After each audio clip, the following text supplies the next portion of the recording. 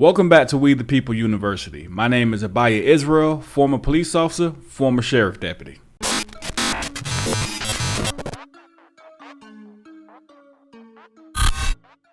Thanks for joining us again. If you haven't done so already, make sure you hit the like and subscribe button so that you can be sure to be notified whenever we upload videos. What I do on this channel is help you to learn your basic rights by reviewing police videos and showing you pointers of what the police did right and what they did wrong, showing you what the citizen did right and what the citizen did wrong, helping you to learn your rights so that you're never put in a situation where your rights are violated. Today we're going to take a look at a clearly disabled Syracuse man who's trying to ride the bus, but he runs into problems when he tries to stand up on the bus. He stated that standing is better for him because he has extreme lower back problems. The Syracuse police are called, and the rest is history. Let's take a look at this video.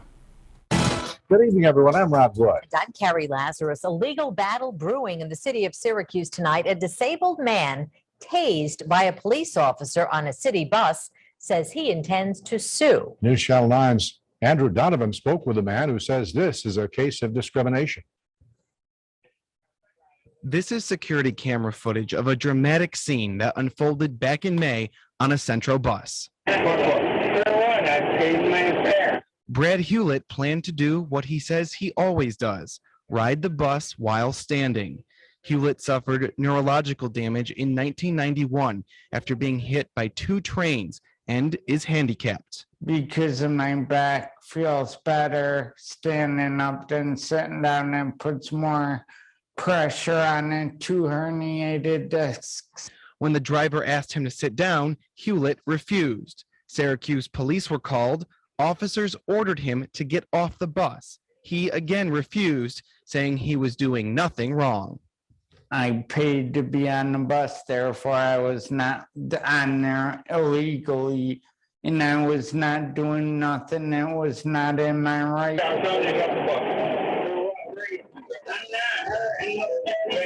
Because Hewlett refused, after about a minute of back and forth, police took their response to the next level. The officer appears to lift up Hewlett's shirt and fires his taser gun.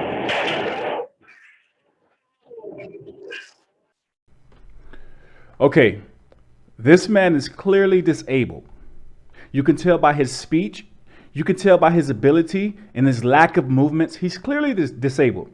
You have two big police officers who come on the bus and they get to the point where just because he said he doesn't want to get off the bus and I paid my bus fare, they lift up the back of his shirt. And notice he never stops them. He never takes a swipe at them. He never pulls away. He can barely move. The officer lifts up the back of the man's shirt, and the shirt's just up, and the guy's just standing there, not moving, probably not even expecting to be tased, and then the officer tases him. Two big police officers. You only tase someone if you need to, if there's a reason to, if there's an extreme circumstance. This was not it.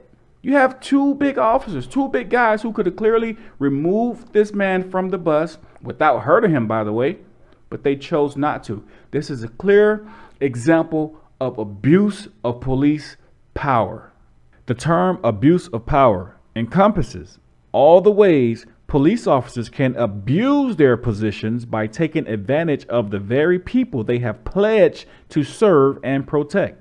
While most police officers take that pledge seriously, there are some who abuse the power given to them to fulfill selfish personal desires. Now, Hewlett and his lawyer, Rick Guy, will sue the city of Syracuse, Onondaga County, and Centro. The case is based on what Guy says was excessive and unnecessary force.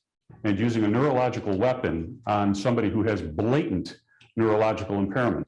Hewlett also says he was discriminated against in not being allowed to stand. He says other passengers that day were not forced to sit, and he stood himself on a different bus earlier in the day and many times before.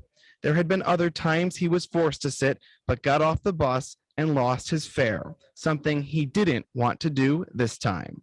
But I can't do so because I look and sound everything like I do. which is discrimination on their part. What compelled them to jump so quickly to the use of a neurological weapon on a visibly handicapped man? Following the first taser shot, Hewlett is picked up and dragged outside and onto the sidewalk, where he was tasered again, then dragged away and arrested. Because of the altercation, Hewlett says he suffered a broken hip and still walks with a cane. Today, he says he regrets not telling police about his back problems, but his lawyer says he didn't have the chance. So for anyone who's taken my course, and you heard me say several times, always comply. Even if you feel you're right and the officer is wrong, there are certain situations that's just not worth it. You hear the man say himself that he wished that he would have told the police officers about his back. There's some regret there. Although he has a successful lawsuit, and it's probably, I don't know how much money he received from the lawsuit, but probably the amount of money isn't worth the discomfort that he's experiencing day in and day out. So he wishes now that he would have just told the police, although they probably, as we see, didn't give him a chance to. So you always want to comply, because you never know what type of officer you're dealing with. You don't know if you have a patient officer or just a straight up tyrant, one who hates his job and hates citizens. Not trying to bash all officers, but you never know what you're dealing with. So you want to comply, and then you want to get you an attorney and then fight your battle in the courtroom. That's the smart way to do so. Don't resist, even if they're wrong, because as you see, you will be tased. You will be dragged off of the bus. Other officers will show up, and God forbid it happens or goes a lot worse. The officers weren't in a listening mode, and they seemed intent on jumping right to the use of force. There are charges filed against Hewlett for resisting arrest, something his lawyer wants thrown out immediately. The Syracuse Police Department, City of Syracuse, Onondaga County, and Centro all could not comment because of ongoing litigation. Carrie? Okay, so one thing I say a lot, especially during my course, is to make your attorney's job easier. All right, what do I mean by that? Know your basic rights. Know what you can and can't do. Know what the police can and can't do. You don't know what the police can and can't do if you don't know your basic rights. So as we see now, the first thing the attorney has to do is fight the charges of resisting arrest. Now those charges, he wants those charges dropped. But if you comply, although the officers are wrong, they're acting like freaking tyrants, right? So what you want to do, again, you want to fight your battle in the courtroom. Be smart about it. Beat them in the courtroom, because you're going to lose the battle on the street, okay? So when you do that, now when you get your attorney goes into the courtroom. Guess what? He does not have to do. He doesn't have to beat those charges, right? So the resisting arrest doesn't exist at this point. So that's how you want to make your attorney's job easier. Learn your basic rights. If you're still trying to learn your basic rights, if you need help learning your basic rights, if you have not done so already, down in the description below is a free ebook. Make sure you download it. All types of tips, advice, case law in the free ebook. It's going to help you know your basic rights. Make sure you download it. You don't want to be caught lacking, okay? You don't want to be caught without knowing your rights. You don't want to encounter the police. You don't know if your rights have been violated if you don't know what your rights are. All right. So with that being said, make sure you guys hit the like, hit the subscribe button. If you got videos, you can send it to me at abaya@survivingthepolice.net.